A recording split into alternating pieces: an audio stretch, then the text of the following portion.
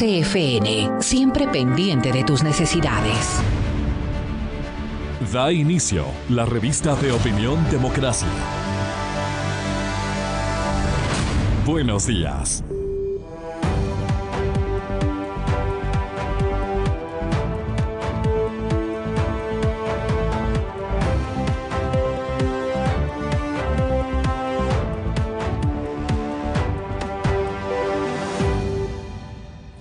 Buenos días, amigas, amigos. Estamos iniciando esta mañana de trabajo, miércoles 24 de febrero, con una sensación, comentábamos aquí al iniciar en la radio, una sensación de qué le pasó a la sociedad ecuatoriana, ¿no? ¿Qué nos está ocurriendo?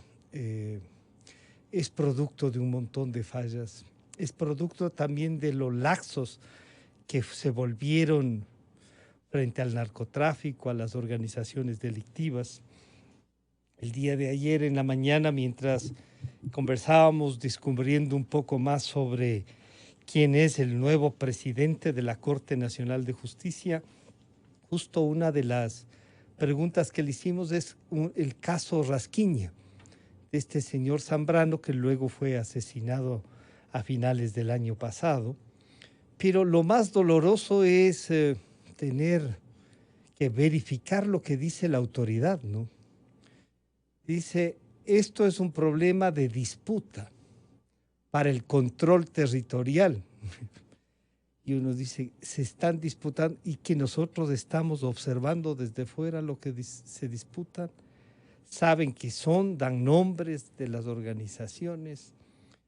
La verdad es que podemos caer y si la sociedad no reacciona, si no conducimos a que incluso la propia conducción del país tenga un compromiso para frenar esto, la sociedad va en camino de peores días, ¿no?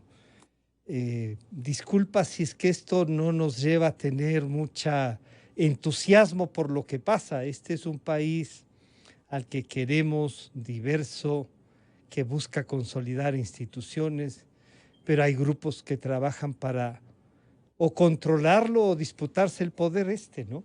De los delincuentes. Bueno, para iniciar este tema están con nosotros ya el señor doctor Alfredo Muñoz, exdirector de Rehabilitación Social, estuvo también hecho cargo un tiempo en el tema Guayaquil, y el señor coronel Mario Pazmiño, la seguridad, una visión de esto. Pero para acercarnos primero yo quisiera pedirle al doctor Alfredo Muñoz. Doctor Muñoz, bienvenido, buenos días. Al doctor García también le damos la bienvenida, un gusto saludarle, doctor Ramiro García. Doctor Muñoz, usted ha estado muy de cerca, en este mismo periodo, diríamos, estuvo muy de cerca. Esta afirmación de que hay una disputa al interior y que de la muerte del señor Zambrano, alias Rasquiña, se esperaba ya una reacción que se ha demorado, dice el señor general Moncayo. ¿Qué le pasa a la rehabilitación, entre comillas, ecuatoriana? Bienvenido, buenos días, doctor Muñoz. Muy buenos días, Francisco. Mis saludos para Ramiro y para el coronel Pazmiño. Y un saludo a su audio y teleaudiencia. Verdaderamente cada día se va deteriorando más la situación del control por parte de la potestad pública, del poder público, del control de los centros de rehabilitación. Desafortunadamente, cuando en el gobierno anterior se construyeron 3 nuevos centros y se rehabilitaron algunos otros, sí, se empezó a contar, la sociedad contaba ya con una infraestructura suficiente como para poder proceder a una separación de los detenidos de acuerdo con su índice de peligrosidad y poder aplicar en forma eficaz el régimen que reconoce la Constitución, que es el régimen progresivo de rehabilitación social, dentro del cual los internos, de acuerdo con su comportamiento al interior de los centros y de acuerdo con su afán de rehabilitación, de reinsertarse a la sociedad, ¿sí? Van pues desde la máxima seguridad hasta la mediana seguridad, hasta la mínima seguridad, que es solamente ese momento cuando ellos pueden ser beneficiarios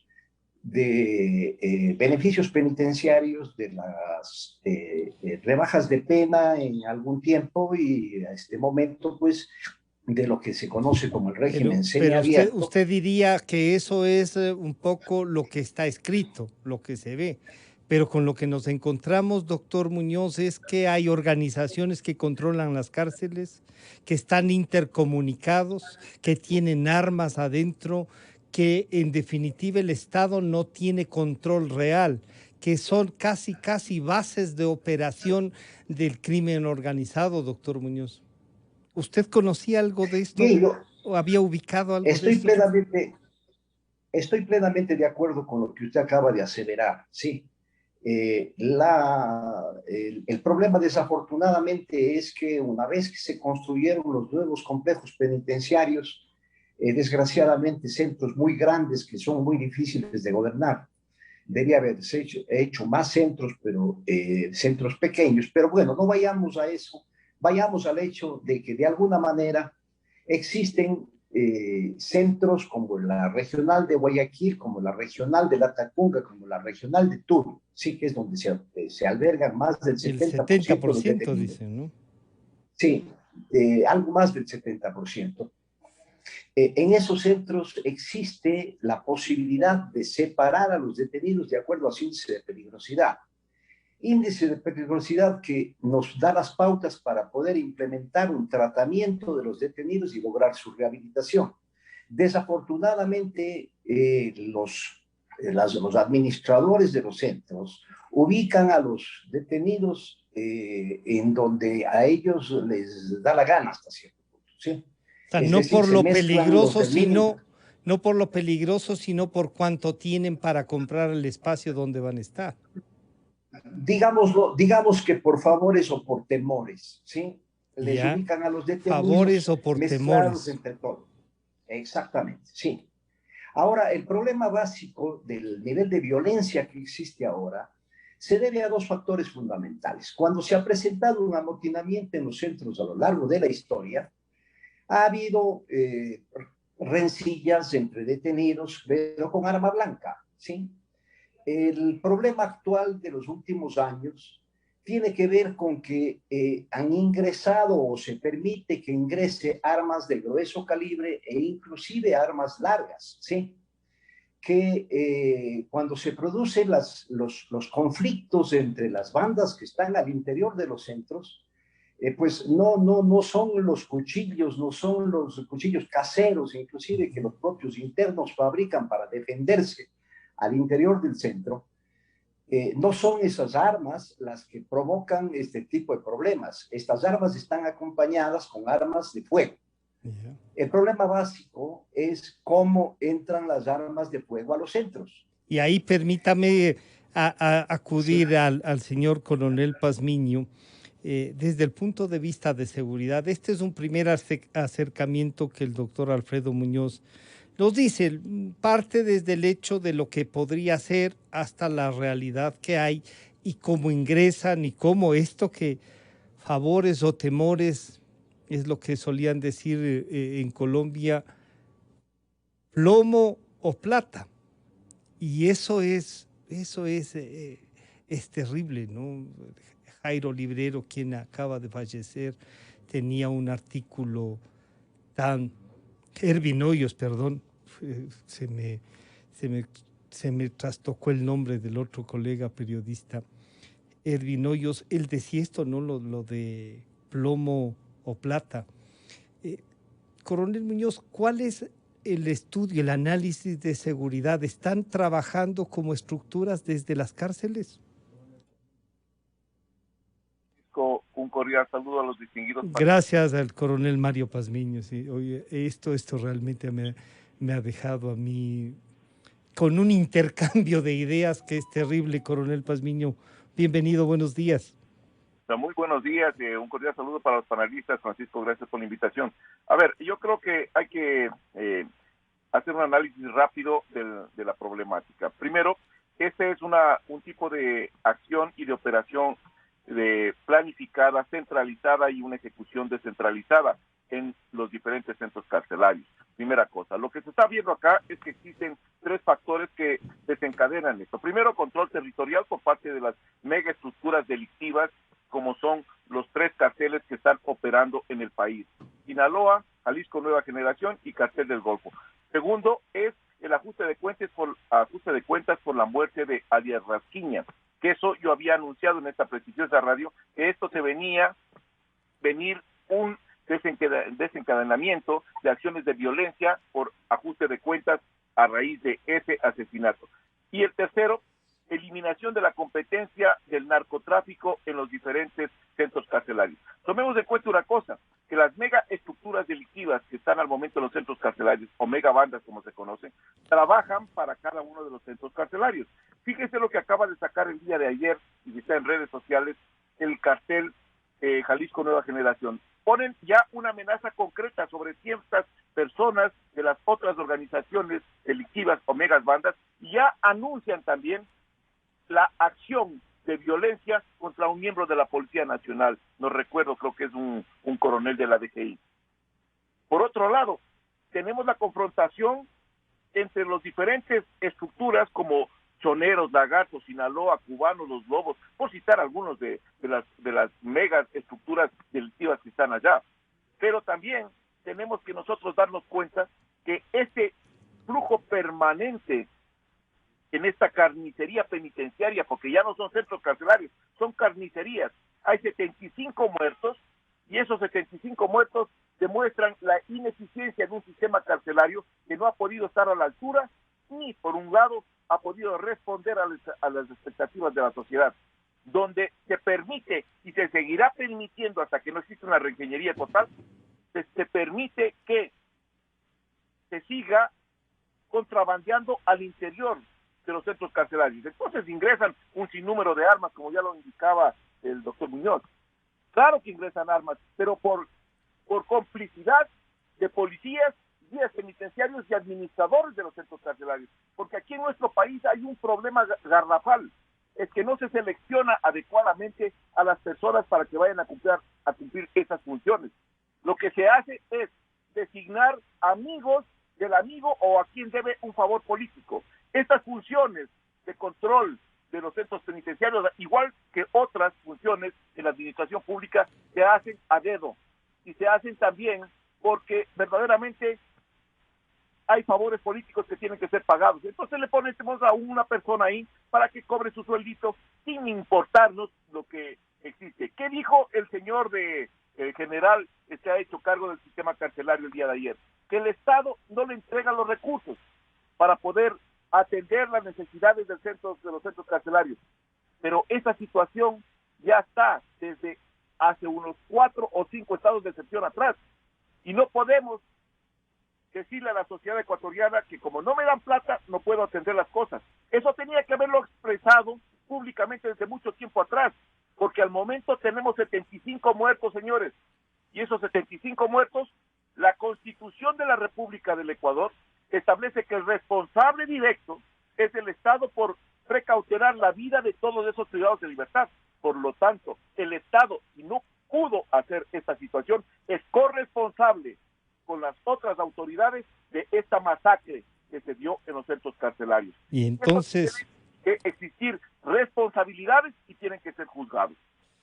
Y ahí, al saludar al señor doctor Ramiro García, penalista, presidente de los abogados de la Federación. Doctor García, este panorama, tanto por lo dicho por el señor doctor Muñoz como por el señor coronel Pazmiño, claro, esto de favores o temores, plata o plomo, les pasaba a los jueces y a los fiscales en la frontera colombo-ecuatoriana, y ahí yo había conversado, hicimos un trabajo hace ya algunos años sobre esta investigación de los grupos que presionaban la frontera, y Y esto ya parecería, doctor García, no es un tema de leyes, no es un tema de estructura.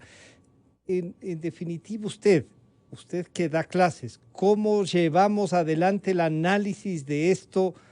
¿Qué nos falta? Y ya vemos lo que nos ha dicho el doctor Muñoz. Falta casi todo ahí. Doctor García, bienvenido, buenos días. Buenos días, Francisco. Un saludo para Alfredo y para el coronel Palmiño. Mire, en primer lugar, este es un fenómeno que no es reciente, no es de ahora. Es un problema que se viene arrastrando desde hace mucho tiempo. Y en el que además la suma de factores siempre da los mismos resultados. Es decir, ya conocemos por la experiencia criminológica qué pasa cuando existe una sobrepoblación carcelaria, cómo se incrementan los niveles de violencia cuando existen niveles de hacinamiento brutales como el que existe en el Ecuador, en donde de 9.000 presos que teníamos en 2009, pasamos a 38.000 presos en 2017. Es decir, se multiplicó por 4, el 400% de incremento de personas privadas de la libertad en nada más que 8 años. Son cifras que dan escalofríos, son cifras de dictadura. Con un problema que por mucho que se construyeron cárceles, nuestra capacidad es inferior a los 20.000 personas privadas de libertad. Lo que quiere decir que tenemos más del 100% de hacinamiento. Obviamente, esto incide en los niveles de violencia de manera terrible.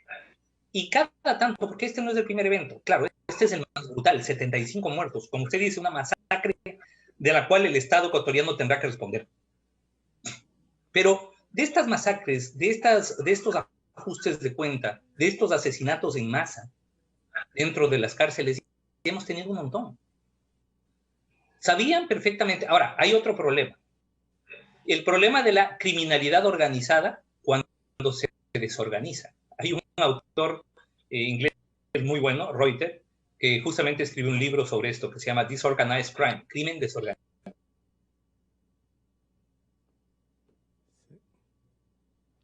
No sé si se nos fue el audio, no sé si doctor nos está escuchando usted, porque a nosotros se nos fue el audio. A lo mejor si es que nos puede ayudar y contestar también el teléfono para tener imagen y audio al mismo tiempo, porque el audio del internet se nos está cortando. ¿Sí? Si nos está escuchando, doctor García, para que no pueda contestar el teléfono. No, mientras volvemos con el señor doctor Ramiro García, le quisiera preguntar entonces al doctor Muñoz. Doctor Muñoz, usted habrá hecho un informe cuando dejó la dirección, la conducción de los centros de rehabilitación. En ese informe usted decía lo que estaba pasando y qué era lo más urgente. No, parece que fue todo el tema del internet. Vamos a intentar hacer el contacto telefónico, que es quizá el más, este momento, el que más nos garantiza los diálogos, ¿no? Les decía que resulta impactante cómo podemos haber llegado a este nivel. Los PPL, como dicen, son ciudadanos ecuatorianos que sí, que han cometido errores, que están ahí juzgados. Doctor García, hemos retomado, creo ya entonces, el tema tanto del internet como del audio. Nuevamente, gracias. Muchas gracias, Francisco. ¿Sí me escucha bien ahí? Sí, perfectamente ahora. Ok. Bueno, como le decía, entonces tenemos el caldo de cultivo perfecto, tenemos todos los factores como para que exista este tipo de expresiones de violencia salvaje cada tanto. Que como le decía hace un momento, y no sé si me escuchó, esta no es la primera vez y no va a ser la última mientras tengamos un hacinamiento terrible. Como le explicaba, hemos pasado de 9.000 a 38.000 presos en menos de 10 años. Esa es una cifra demencial que no tiene sentido alguno. Y, por supuesto, una de las expresiones de ese hacinamiento, de esta sobrepoblación carcelaria, es sin duda la violencia interna. Y violencia que, unida a otro factor, que como explicaba hace un momento, la recomposición de la estructura de poder dentro de la criminalidad organizada. Murió hace un mes y pico el jefe indiscutido de la banda. Un poco como el que controlaba todo, ¿no? Claro, justamente le explicaba eso. Hay una obra de un autor de apellido Reuter, muy interesante, que se llama Crimen Desorganizado, Disorganized Crime. Lastimosamente no está en español, pero se lo puede encontrar en inglés y es muy buena. Y este autor explica muy bien cómo los niveles de violencia se incrementan muchísimo cuando las bandas de criminalidad organizada se desorganizan. Y se desorganizan por la falta de una figura de poder. Y claro, se producen estos encuentros violentos en donde una de las facciones será la ganadora, será la que impere sobre las demás, y esa reinará durante el tiempo en que, por la vía de la violencia y del control, pueda mantener sojuzgados a las otras bandas. Porque de lo que hemos visto, al parecer son los grupos que ayer ejercieron violencia unos contra otros, son grupos que antes actuaban en conjunto, que delinquían juntos. Pero claro, lo hacían desde una estructura vertical que ya no existe más, al haber muerto el señor alias Rasquilla. Entonces, cuando muere este señor Zambrano, me parece que es el apellido, se produce un vacío de poder en la estructura de criminalidad organizada, vacío de poder que solamente se llena a través de la violencia, y de una violencia desbordada como la que hemos visto, 75 muertos, pero muertos a cuchilladas, a machetazos, a golpes, una muerte brutal que de alguna u otra manera se sabía que iba a pasar. ¿Y cómo se sabía que iba a pasar? Era obvio que después de la muerte de este señor Zambrano se iba a producir episodios de violencia interna brutales, pero además totalmente coordinados, porque no es una coincidencia cuando en 3 cárceles totalmente alejadas unas de otras se producen los mismos eventos de violencia con los mismos efectos de muerte, ¿no? Claro, ahí, doctor Muñoz, le decía si usted un poco percibió esto y había planteado a las autoridades que están sobre el mando de la dirección, ¿qué hacer? O sea, se conocía ya de esta estructura, de esta confrontación, y como dice el doctor García, claro, muerto el jefe de todos, el que quiere controlar, el que quiere asumir el poder, intenta, ¿no? Un poco muerto el coordinador, hay que ver quién coordina. ¿Se tenía esto presente, doctor Muñoz? Bueno, de alguna manera nosotros manifestamos en su debido momento que era necesario cuando se declaró, primero nosotros solicitamos que se declare en emergencia el sistema penitenciario, pero cuando solicitamos que se declare en emergencia el sistema penitenciario, también dijimos las acciones que debían de hacerse para que el sistema, digamos, para que el estado de emergencia rinda frutos respecto de la retoma del control de los centros por parte del Estado. Desafortunadamente, se decretó el estado de emergencia.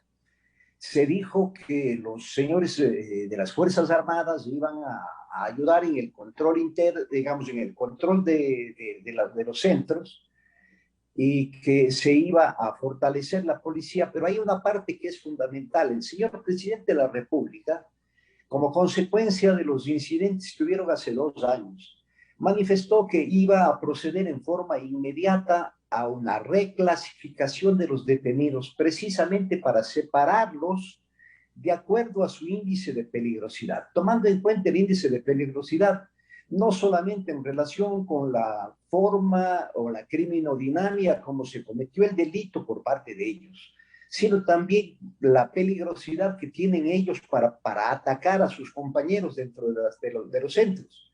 Esto se anunció, se designaron nuevas autoridades, pero desafortunadamente, en lugar de fortalecer los equipos de diagnóstico y evaluación para que procedan con esta clasificación de los detenidos y poder separar a los peligrosos a que no hagan daño a los internos de mínima y de media-baja peligrosidad.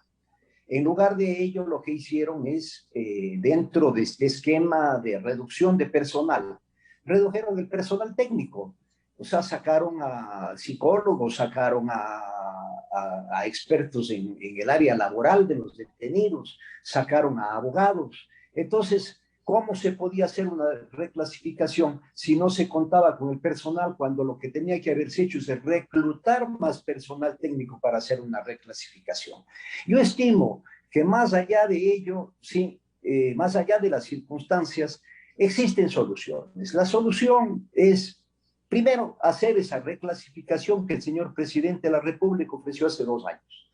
Para ello necesita fortalecer los equipos de diagnóstico y evaluación para poder clasificar a los detenidos de acuerdo a su índice de peligrosidad.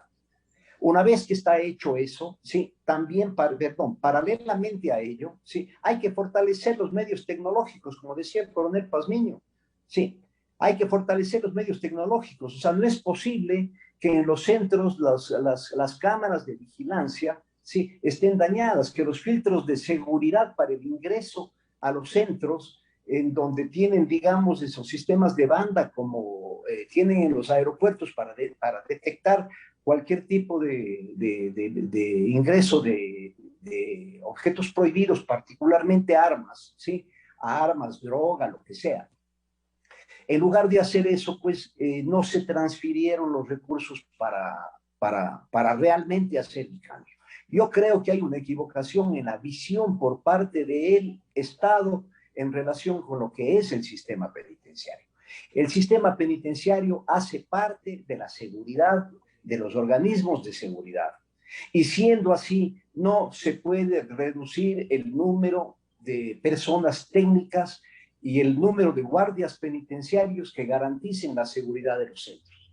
Hay que entonces, sí, reclutar mayor número de guardias penitenciarios, capacitarlos. Hay que mejorar los sistemas y optimizar los sistemas de control mediante videovigilancia.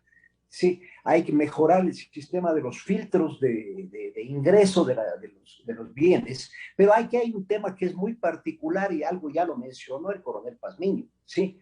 Y es el tema de que desde las cárceles de alguna manera se gobierna cierto segmento de macrodelincuencia fuera de las cárceles, es decir, en el resto de la ciudadanía.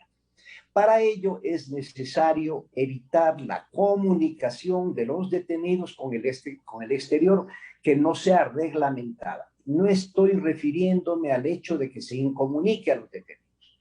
Cuando se construyeron las cárceles en la época del gobierno anterior, se estableció un contrato con una empresa que tenía unos teléfonos antivandalismo en todos los centros para que los detenidos puedan comunicarse con sus abogados, con sus familiares desde esos teléfonos. Desafortunadamente, esos teléfonos fueron vandalizados y no se han reparado.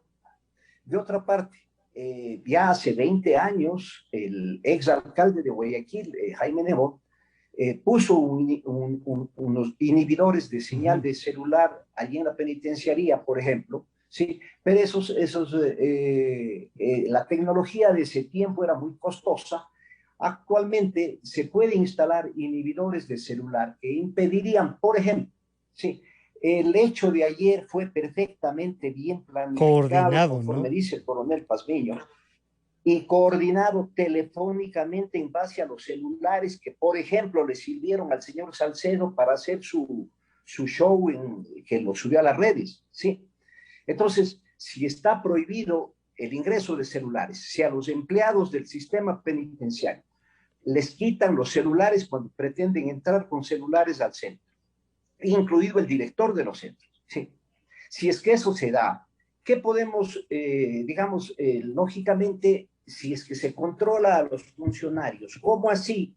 Sabemos que en cada requisa hay varios teléfonos, cargadores, etcétera, Cientos. que son los que utilizan precisamente los detenidos para comunicarse entre ellos dentro de las cárceles y para comunicarse ellos con el exterior. Entonces es indispensable que en forma emergente se activen, ¿sí? Los inhibidores del celular, ¿sí? Para evitar esta comunicación, esta conexión que de alguna manera permite que se planifique y que se hagan este tipo de acciones coordinadas, ¿sí? Y que no se afecte también al exterior, ordenando y dando disposiciones desde el interior respecto de cómo tienen que actuar Claro, las bandas. eso es lo que nos hacía decir, doctor García, de que son casi centros de control y oficinas en donde actúan el crimen organizado y determinan lo que puede pasar fuera.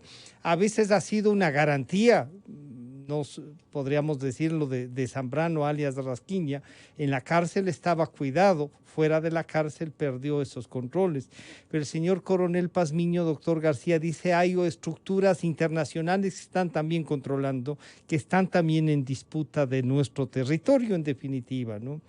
Lo que dice el doctor Muñoz, ¿cuánto puede afectar, doctor García, los derechos que se supone se les suspende a los privados de la libertad? Que tengan un teléfono, que puedan acceder, como decía él, hablar con sus abogados. ¿No será entonces que los abogados deberán acudir a estas salas que se ven como en películas, donde se reúnen y pueden dialogar, y no un teléfono celular y que puedan comunicarse? ¿Cómo pueden chocar o no con los derechos humanos que tienen los PPL, doctor García?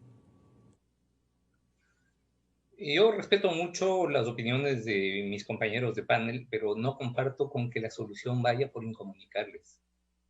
Yo creo que ese no es el problema. El problema es que operan estructuras organizadas de poder dentro de la cárcel, de la cual además los funcionarios son parte. Porque ¿cómo meten armas de fuego? Ayer veía en uno de estos videos que pasaban por redes sociales, veía a una funcionaria que decía cómo es posible que entraron con amoladoras para romper las cadenas y romper las barras para poder acceder donde los otros presos a los que querían victimar. Nada de eso es posible sin la connivencia de las autoridades de cada una de las cárceles. Perdónenme que lo diga así. Yo creo que mucha de esta estructura delictiva se ha impregnado ya a las instancias oficiales de control de las cárceles. Mucho de esto se autoriza, ya sea de manera activa o simplemente regresando a ver a otro lado por parte de las autoridades, mientras estas cosas pasan. Y lo que veo además es que la reacción de la sociedad, lejos de indignarse como debería ser, en algunos casos es hasta de alivio. Ah, qué bueno, se murieron 75, son 75 peligrosos menos. Un poco esa es la visión que nos están vendiendo sobre este problema carcelario. Esto es una masacre, en todas sus letras, es una masacre de la que el Estado debe responder, de la que el Estado debe hacerse cargo, porque es el Estado el que tiene que garantizar la seguridad interna de los presos. Es el Estado el que tiene que garantizar la seguridad de todos los que estamos fuera, pero sobre todo de los que están privados de su libertad y sometidos al poder absoluto y vigilancia del Estado, del gobierno. Y vemos que se producen este tipo, porque además no es en una cárcel, no es que falló una cárcel. Hay una 3 cárceles, 75 muertos. Una coordinación absoluta, lo que quiere decir que en las 3 cárceles se permitió el ingreso de armamento, porque se dieron además bala, no solamente fue a cuchilladas y machetazos, ingresaron otro tipo de artefactos, como le decía, inclusive amoladoras para ingresar a los pabellones. Es decir, que no me vengan a mí a decir, es que ese es un problema de bandas internacionales que se están matando entre ellos. No, señor, este es un problema estatal y es un problema estructural. Y esto no se soluciona quitándoles los celulares. Todo lo contrario. Todo lo contrario, deberían tener, desde mi punto de vista, deberían tener más comunicación hacia el exterior. Porque además se nos está vendiendo el imaginario que toda la comunicación que realiza una persona privada de libertad es comunicación para delinquir. No es así. Se le está privando, por ejemplo, hoy por hoy, que todos estamos interactuando como en este momento a través del Internet, se le está privando la posibilidad de informarse, la posibilidad de educarse, y se nos está queriendo vender la idea de que es el Internet y los celulares lo que les hace delinquir. No es así. Pero doctor, lo que sí parece que son instrumentos para organizarse y para controlar. Sin duda, si es que hay alguien que tiene un teléfono y llaman para amedrentar desde la cárcel y amenazarle, le está dando un instrumento a un detenido para que actúe desde dentro. Como ha sido siempre, y aun cuando no existía celulares. ¿Qué era lo que hacían antes? Yo recuerdo cuando hacíamos prácticas, cuando estábamos en la universidad, hacíamos prácticas en la universidad. y veíamos cómo subían a las terrazas y de la terraza a grito informaban a sus secuaces que estaban fuera sus instrucciones. Y claro, ya no les llamaban a amedrentar a alguien, sino que mandaban a otro para amedrentar. El problema no es si ahora lo hacen por teléfono o si lo hacen por mail. El problema no es ese. El problema es que mientras tengamos 40.000 personas privadas de libertad en espacios físicos aptos para menos de 20.000, vamos a tener estos episodios de violencia frecuentemente. El problema es que mientras exista el auxilio y la connivencia de las autoridades, de las cárceles, vamos a seguir teniendo la introducción, eso sí, de material de violencia. No hablo de celulares, hablo de machetes, hablo de cuchillos, hablo de armas de fuego. Ayer a los policías los recibieron a tiros. ¿Cómo entraron esas armas? Así que, mientras no tengamos, además, la adecuada vigilancia y un sistema de rehabilitación integral, hemos convertido a nuestras cárceles en máquinas de picar carne. Sí, la rehabilitación es un reto, ¿no? Vea, yo creo que es un reto y una utopía, porque la cárcel en general no rehabilita. Tenemos que empezar a pensar en alternativas a la prisionización. No tantos presos. O sea, no tantos presos, toda la no cárcel. Presos por todo, no unos estándares tan ligeros a la hora, en lo probatorio, a la hora de dictar sentencias condenatorias, no abuso de la prisión preventiva, pero algunos, no tantos presos sin sentencia. Pero algunos lo que les reclaman es que les metan presos y de inmediato, y la respuesta política es que aumentar las penas, meterles presos con más frecuencia. Ese es el problema. A través, inclusive, y en esto también los medios de comunicación han tenido su aporte, porque nos han vendido una sociedad de riesgo y de peligro, en la que la única manera de estar seguros es con más cárceles, más policía, más vigilancia, más cámaras y más presos. Y claro, eso llevó a que esas políticas públicas llevadas a la realidad, llevó a que entre 2009 y 2017 incrementemos en 400% el número de presos en el Ecuador. Esas son cifras de dictadura, son cifras que se producen solamente en una dictadura. Y claro, llenamos de presos las cárceles, llenamos las cárceles de presos, y ahora tenemos un problema que nos está reventando cada tanto. Y que va a seguir, porque además estos son eventos cíclicos. En la medida de que exista contradicciones, disputas de poder entre los diferentes grupos delictivos que operan dentro de las cárceles, la única manera en que ellos solucionan esos problemas es con violencia. Por lo tanto, si yo hacino en un sitio donde entran 20, pongo 50, lo que voy a tener es 50 matándose. Yo les quiero agradecer, lamentablemente se nos fue el tiempo, pero esta primera visión, y esto nos compromete a ampliar el debate sobre esto. Ya vemos que desde el punto de vista académico tienen otras matices, pero también lo que nos ha dicho el doctor Muñoz o el coronel Pazmiño nos llevan a pensar de que hay que mejorar también la infraestructura, hay que decidir algunas cosas y hay que tener los recursos para eso. Doctor García, doctor Muñoz, coronel Pazmiño, muchísimas gracias por acompañarnos. Estaremos en contacto entonces para ver cómo se desarrolla y qué, en cambio, qué se puede hacer a medida de lo que este desastre, esta carnicería que hemos visto nos lleva a repensar esto, ¿no? Muchísimas gracias a los tres. Muchas gracias, Francisco. Gracias, Francisco. Gracias, Alfredo. Estaremos entonces en contacto y volvemos. Han estado con nosotros el doctor Ramiro García, el señor doctor Alfredo Muñoz y el señor coronel Mario Pazmiño. Enseguida volvemos, estarán con nosotros la doctora Lourdes Tibán, el doctor Sebastián Mantilla y el asambleísta Homero Castañer sobre el tema político. Ya regresamos.